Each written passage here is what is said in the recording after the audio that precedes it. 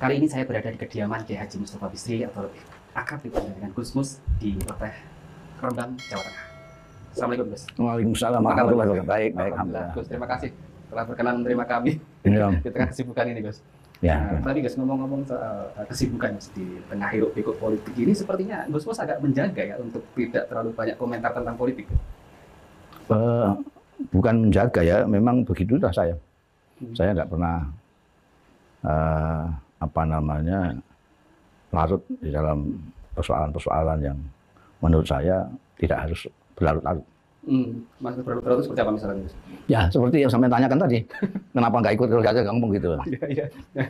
Dan apa itu terkait dengan suatu, kalau nggak salah beberapa hari lalu Gus Mus sempat nge-tweet ya, janganlah berbicara politik praktis di kantor NU atau gimana seperti itu. Itu apa terkait dengan itu atau gimana?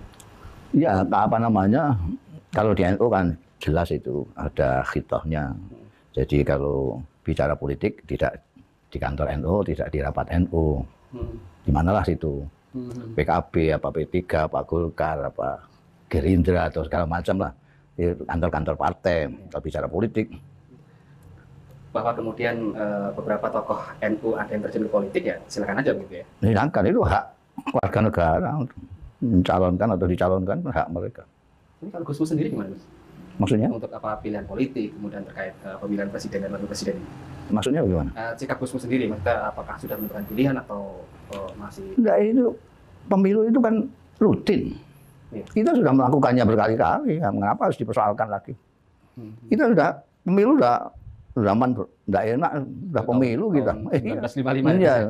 Dari pemilu yang masih demokrasi terpimpin sampai tanpa demokrasi sampai sekarang demokrasi. Itu kita sudah belenger kalau lihat itu. Tinggal kita mau belajar dengan itu atau tidak itu. Tapi beberapa pengamat kemudian praktisi mengatakan 2019 ini agak lain, agak keras. Karena apa? Karena kemudian beberapa tokoh ulama ada yang ditarik-tarik ke politik karena ada istimewa ulama, kemudian juga masalah sedikit aja misalkan kayak capresnya mau sholat Jumat di mana dipersoalkan itu Gus. Ya itu mungkin itu salah satu sebab menurut saya kita belum siap berdemokrasi. Itu pertama. Belum siap berdemokrasi. Kita itu ratusan tahun dijajah. Kemudian mengalami demokrasi pun demokrasi terpimpin. Setelah itu puluhan tahun mandek lagi. Zaman di mana kita harus seragam, tidak boleh berbeda. Lalu ketika kita kemudian mereformasi diri ini, kita menganggap diri kita itu seperti Amerika, sudah siap untuk berdemokrasi. Sedangkan kita itu berbeda aja masih belum bisa kok. Bagaimana mau berdemokrasi kalau kita berbeda? Tidak bisa. Akhirnya demokrasi jadi anarki. Itu yang. Kemudian mungkin bisa disalahkan juga itu ambang batas sekian persen yang menjadikan lalu calon itu hanya 2 seperti di Amerika. Ya, kita belum bisa seperti Amerika. Di Amerika aja udah geger terus. Apalagi di kita yang masih timik-timik mau berdemokrasi. Ini lalu perbenturan itu kayak main tinju karena hanya 2. Bandingkan kemarin-kemarin yang ketika calonnya banyak itu enggak begini. Ketika kemarin 2014, kemudian sekarang keras sekali karena yang kemarin juga yang sekarang. Ibaratnya kemarin sudah tinju, sekarang mau refund, mau tinju lagi, mau ulangan. Dan kita itu, saya sudah selalu mengingatkan orang yang beragama itu diminta oleh agamanya untuk tidak bersikap berlebih-lebihan dalam segala hal. Orang ada yang mengira bahwa tidak boleh berlebih-lebihan itu hanya pada waktu makan dan minum saja. Enggak. Berlebih-lebihan itu dalam segala hal. Termasuk dalam hal berpolitik itu sih. Ya, berpolitik. Semua hal. Anda makan, minum tidak boleh berlebih-lebihan. Semua yang berlebih-lebihan tidak boleh. Bahkan beragama itu tidak boleh berlebih-lebihan. Ya ayuhan nas iyyakum wal ghuluwa fiddin. Itu jelas, hadisnya jelas. Di dalam persoalan relasi persahabatan, pergaulan kemasyarakatan juga ada habibaka haunama asa ayyakuna baghidoka yaumama. Cintailah kekasihmu, ya, sekedarnya sajalah, jangan berlebih-lebihan. Siapa tahu nanti jadi musuhmu. Dan itu sudah terbukti kan. Banyak sekali yang dulu kekasihnya terus jadi musuhnya. Itu kan kita berlebih-lebihan. Wa abghid baghidoka haunama asa ayyakuna habibaka yaumama. Kalau membenci sekedarnya saja. Itu. Terus di dalam menafkahkan harta kita juga. Al-Quran juga melarang kita berlebihan. Wala yadaka ila unukika wala tabsutha kullal bas. Kita jangan terlalu kikir, terlalu itu yang menyebabkan kita tidak bisa adil. Sikap berlebihan itu yang kita tidak bisa berpikir adil. Coba aja kita lihat sekarang. Kita tidak bisa berpikir adil bahwa pemilu ini 5 tahunan sekali. Itu orang lupa. Dikiranya pemilu ini sampai ila yaumil qiyamah, sampai hari kiamat. Jadi semua energi kita keluarkan karena ini sampai hari akhir nanti, hari kiamat. Padahal 5 tahun lagi, nanti ada pemilu lagi. Calonnya bukan Jokowi sama Prabowo lagi, mungkin Nyono sama siapa gitu, ada orang lain.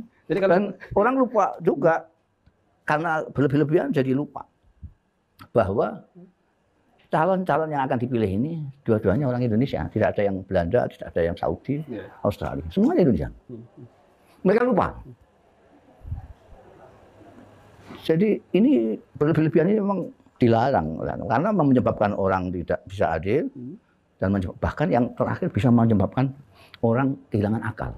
Kehilangan akal seperti yang sampean katakan tadi itu. Orang begitu berlebihan sampai seolah-olah ini persoalan agama. Soal berlebihan itu saya ingat beberapa hari lalu itu ada seorang tokoh yang dalam aksinya di sebuah panggung kemudian berdoa, membaca puisi atau berdoa. Kebetulan Gus ini kan juga sastrawan. Yang puisinya itu, kalau menangkanlah calon ini, kalau tidak menang maka kami khawatir tidak akan ada yang menyembahmu ya Allah. Itu yang saya katakan. Jadi siapapun, bahkan sekarang bukan hanya orang awam, orang-orang yang disebut elit, pemimpin pun kalau berlebihan dia akan kehilangan akal. Jadi kita terus lupa bahwa kita itu hidup di dunia ini tidak 5 tahun. 4 tahun. Kita melakukan pemilihan presiden, pemilihan legislatif, tidak hanya 5 tahun sekali. Dia terus, nanti akan ada terus. Berlebihan sampai itu ayat dibawalah, Tuhan dibawalah, segala macam. Sampai bayangkan orang Islam tahu persis setiap saat mengatakan Allahu Akbar itu artinya Allah itu besar sekali. Artinya kita itu kecil sekali. Anda buka YouTube. Terus kunci bumi gitu aja. Klik. Anda akan lihat betapa kecilnya bumi di tengah alam semesta ciptaannya Allah ini. Kecil. Saya dulu pernah mengatakan sebutir kacang hijau, ternyata melihat YouTube itu terlalu besar. Kacang hijau terlalu besar. Tapi di mana-mana saya tetap menggunakan kacang hijau supaya bisa saya jelaskan pada saudara-saudara saya. Kalau sebutir debu kan sulit saya menegaskan. Megangnya sulit. Oh, kacang hijau aja ini. Itu saya tanya sama Anda. Di mana? Anda. Di mana posisi Jakarta saya? Dalam kacang hijau. Ya. Indonesia saja tidak ada. Lah kok ini bicara TPS? Di mana TPS itu dalam kacang hijau? Dan Allah itu sangat besar. Kita bilang Allahu Akbar selalu, tetapi tidak mengecilkan diri kita sendiri, lupa. Nah, jadi itu persoalan apa sih? Nah, kalau kemudian itu kan puisi ada orang mencuplik dari salah satu doa perang Badar, menyamakan pemilu dengan perang Badar ini. Itu yang saya katakan lagi-lagi, itu karena berlebihan. Karena berlebihan dia lupa bahwa doa ini doa orang kepepet. Kanjeng Nabi Muhammad SAW itu kepepet. Dia cuma membawa 300 atau 313 di sana 1000. Bahkan diperlihatkan sana banyak, itu melihat sini kecil. Ini ngeri. Ini semuanya kebaca semua kok. Dan kalau disikat yang 1000 ini habis, gimana? Siapa yang mau nyembah? Oh ini cuma segini, dihabisin. Nah ini sekarang ini soal 5 tahun dan hanya di Indonesia. Yang menyembah Allah itu tidak ada di Indonesia. Di Pakistan, di India, di Malaysia, di Saudi Arabia, di Mesir, itu banyak penyembah Tuhannya. Sekali lagi karena berlebihan, dia lupa itu semua. Lupa. Jadi benci yang berlebihan, cinta yang berlebihan, dukung yang berlebihan, itu menghilangkan akal. Gus ini kan dalam 2019 ini beberapa ulama ditarik ke politik ya, baik oleh kubu A maupun kubu B. Ini sudah ada yang mendekati Gus maksudnya? Oh, saya bukan ulama. Saya bukan ulama. Mendekati saya ngapain? Saya tidak punya pengikut. Ya percuma. Ada yang berusaha mendekati Gus Mas ya? Ya untuk apa mendekati saya? Kan harus ada kalkulasinya, kan ada mendekati orang itu. Ini ada keuntungannya apa enggak untuk kepentingan kita 5 tahun ini? Kalau enggak ada, untuk apa? Gus Mus kan ulama. Ulama menurut siapa? Kita itu menggunakan istilah itu kadang-kadang tidak berdefinisi.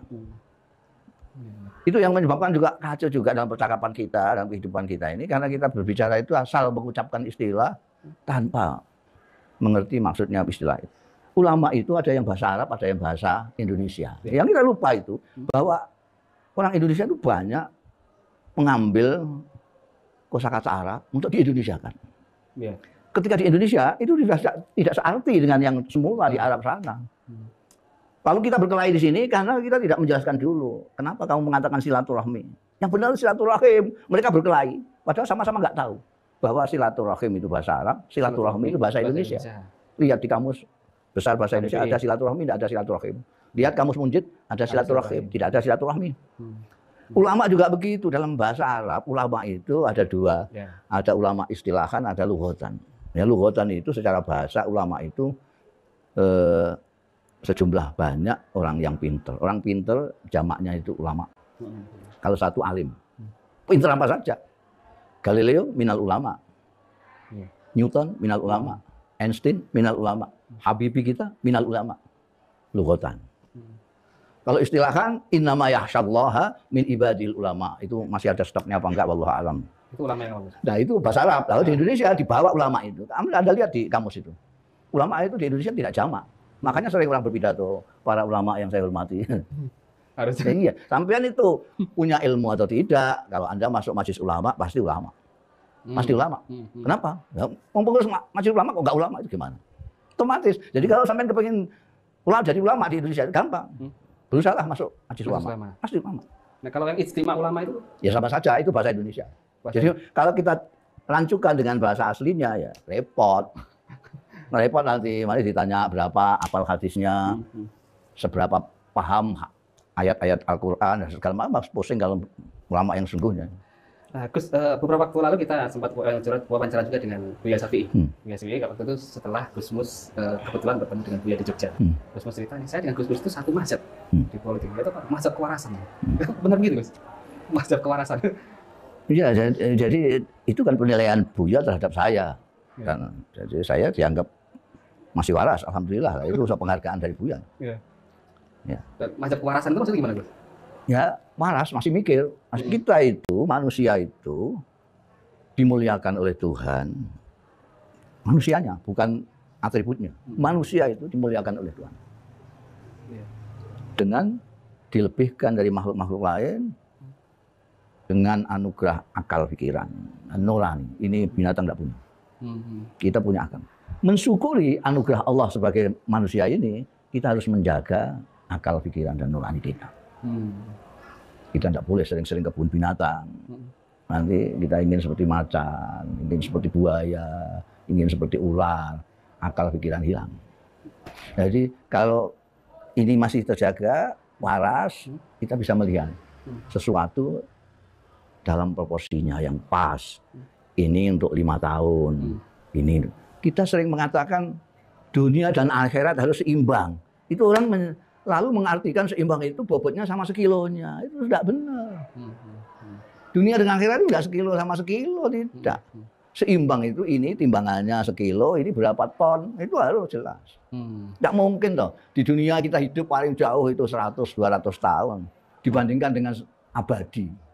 Kok seimbang itu? Apalagi abadi dibandingkan dengan 5 tahun. Wah, itu muskil pikiran yang waras menerimanya itu. Orang yang menganggap 5 tahun sebagai seumur hidup, itu jelas ada yang suak itu, tidak waras. Karena apa? Karena berlebihan itu. Jangan sampai menyintai orang berlebihan dan jangan membenci berlebihan. Anda nanti tidak waras. Menurut Gus Mus, yang terjadi sekarang ini banyak yang tidak waras tadi dalam politik Indonesia. Iya, pokoknya mereka yang berlebihan menyintai atau membenci menjadi tidak waras. Dia lupa bahwa itu saudaranya semua. Semua yang kita ini, semua orang Indonesia. Calonnya, pendukungnya, semuanya orang Indonesia semua. Semuanya berpikir untuk kebaikan Indonesia semua. Tidak ada. Tidak ada yang lain. Mungkin ada yang lain. Saya tidak tahu. Tapi menurut saya semuanya. Pak Prabowo tokoh Indonesia, Pak Jokowi tokoh Indonesia, semuanya. Ya. Adapun ada yang lupa, kemudian berlebih-lebihan lalu lupa, lalu hilang akalnya, itu ya kita maklumi karena berlebih-lebihan itu tadi. Yang bisa mengendalikan agar tidak berlebihan tadi siapa? Kan mestinya pemimpinnya. Mestinya kalau pemimpinnya berlebih-lebihan ya sulit. Pemimpin itu harus memimpin. Imam harus ngimami. Ya. Kalau imam lalu makmum kepada orang. Sekarang ini kan lucu sekali. Ada kiai yang ikut dengan preman, itu kan lucu. Kiai ikut preman maksudnya? Itu ibarat ya. anunya ya, ekstrimnya kan begitu. Ya. Ini orang pinter-pinter, mengapa mengikuti orang yang nggak jelas cara berpikirnya? Itu karena berlebih-lebihan itu. Maka yang harus menjadi pimpinan itu ya pemimpinnya. Pemimpinnya ini yang menjelaskan. Jangan malah menyontoh, kan berlebih-lebihan kepada umatnya, kepada makmumnya. Kalau pemimpinnya begitu, ya makmumnya jelas. An-nasu ala dini mulukihim. Orang itu tergantung pemimpinnya. Pemimpin yang korupsi, rakyatnya nyopet. Pemimpinnya berlebih-lebihan, ini tambah berlebih-lebihan lagi. Sana mencaci, sini memfitnah. Tambah nemen di bawah itu. Karena kapasitas kemampuan dan ilmunya, kewarasannya, pemimpin lah yang mestinya harus lebih. Kalau pemimpin sudah berlebih-lebihan, jangan harapkan anak buahnya bisa baik. Nah, salah satu yang panas atau suasana panas itu kan di media sosial, misalnya di Twitter, kemudian di Facebook, Instagram dan sebagainya. Nah, ini cara mengendalikannya gimana gitu kan? Banyak-banyak kopdar, banyak-banyak kopdar. Banyak-banyak kopdar. Iya, kalau tidak banyak kopdar, kita tidak pernah ketemu dengan manusia. Ketemunya dengan akun. Sedangkan akun itu kadang gambar monyet, namanya apalah, Belgedes Space apa-apa gitu. Tapi kalau ketemu begini, oh ternyata sama dengan saya, sama-sama manusianya. Ini kita jarang kopdar. Silaturahim atau silaturahmi sesama. Kalau begini kan kamu lihat saya kan manusia biasa. Tapi kalau kalian lihat akun saya, wah seperti ulama-ulama gitu, statusnya hebat, gitu. Karena ternyata sama dengan setiap Jumat selalu tak terlewatkan saya, Gus, yang Jumat pagi. Apa itu? Petuah Jumat pagi ya? Itu pelampiasan kangen saya kepada orang-orang. Gus mungkin kiai tapi aktif juga di media sosial, di Twitter, Gus. Merasakan Gus apa dampak positif dan negatifnya dengan Gus aktif di Twitter ini? Media sosial. Twitter, Facebook, Instagram semua ini alat. Bisa Anda gunakan untuk yang positif-positif, bisa yang untuk negatif-negatif, terserah Anda lah. Kalau saya anggap itu positif. Karena yang di Twitter itu orangnya hebat-hebat.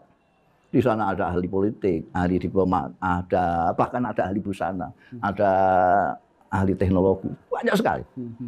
Jadi saya dengan di sana saya bisa mengaji kemana-mana. Saya tinggal follow saja ini.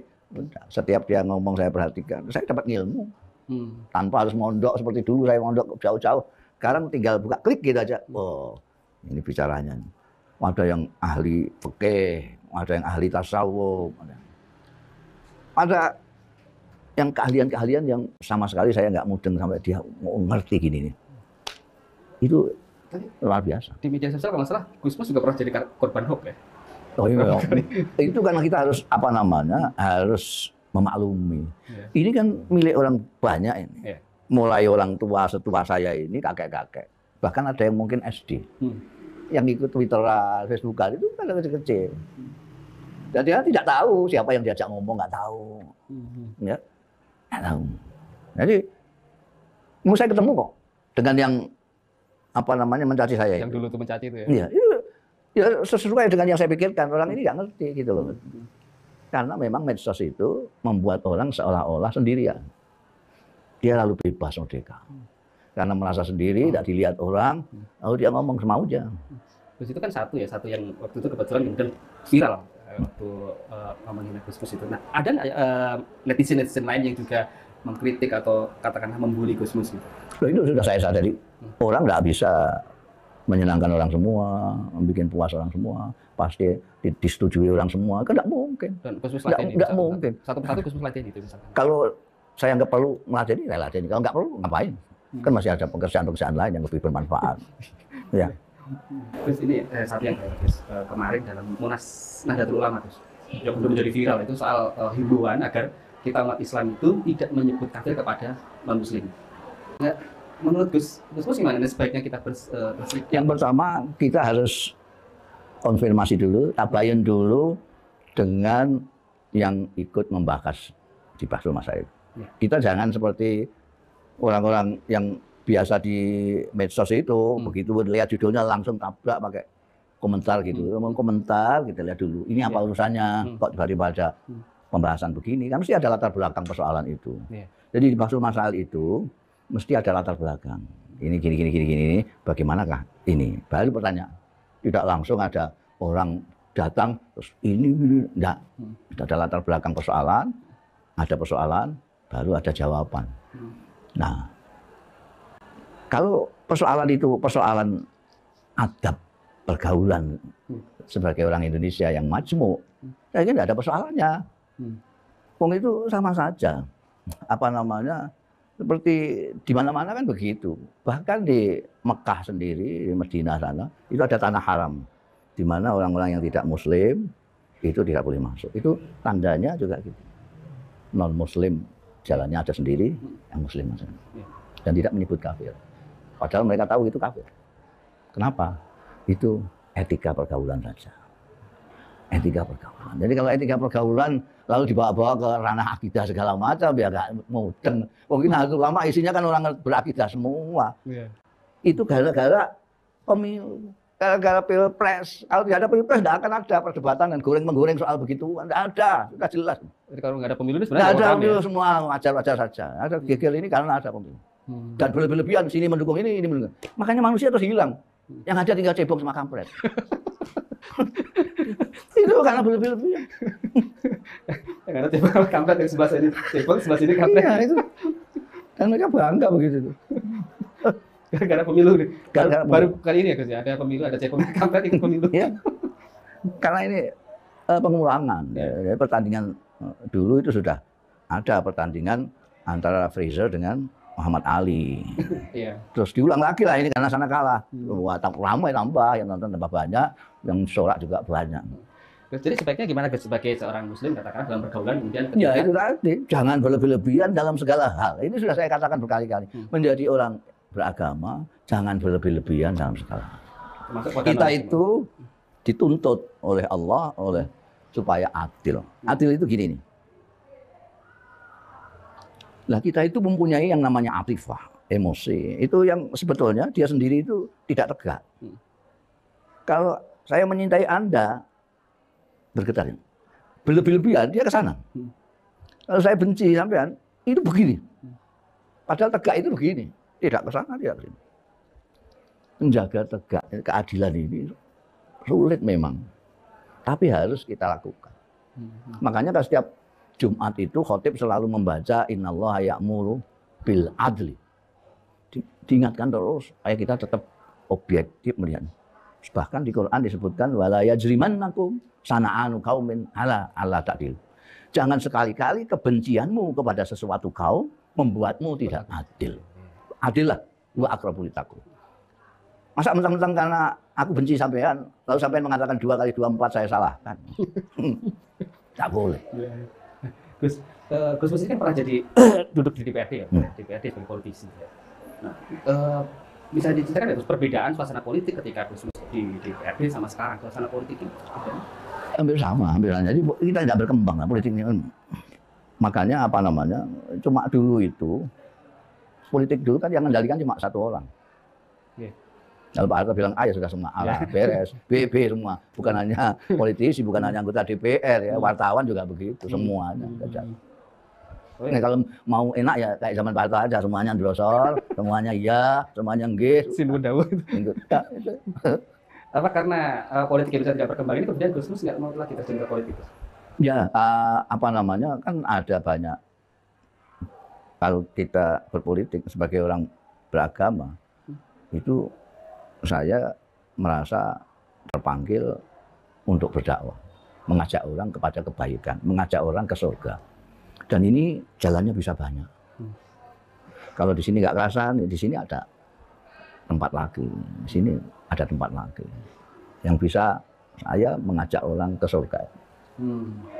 Jadi saya punya banyak cara sekarang. Bahkan sekarang ini media sosial itu memberikan keleluasaan kepada saya untuk mengajak orang sebanyak-banyaknya ke surga. Tidak. Media sosial Gus Mus sendiri ya yang mengoperasikan. Saya mulai belajar sepeda motor, menyetir mobil, belajar komputer, belajar iPad, semua Twitteran, Facebookan, Instagraman saya sendiri, semuanya sendiri. Semuanya sendiri. Itu setiap hari selalu Gus kontrol sendiri? Nah, kan kita kadang-kadang itu macet. Itu kalau Anda lihat itu, kalau ini ada tokoh ini kok nge-tweet terus saja. Ini pasti bisa habis dipastikan ini sedang macet di tengah jalan, nggak bisa punya hiburan, lalu nge-tweet terus. Itu keuntungannya kita bisa Twitteran, kita bisa membunuh waktu yang seperti itu untuk bertwitteran, berfacebookan. Lama nggak ini Gus? Nggak bikin puisi di Twitter Gus? Mengikut apa? Karena sekarang ini banyak sastrawan dadakan. Ya, nanti saya rancu dengan mereka. Masih aktif melukis Gus?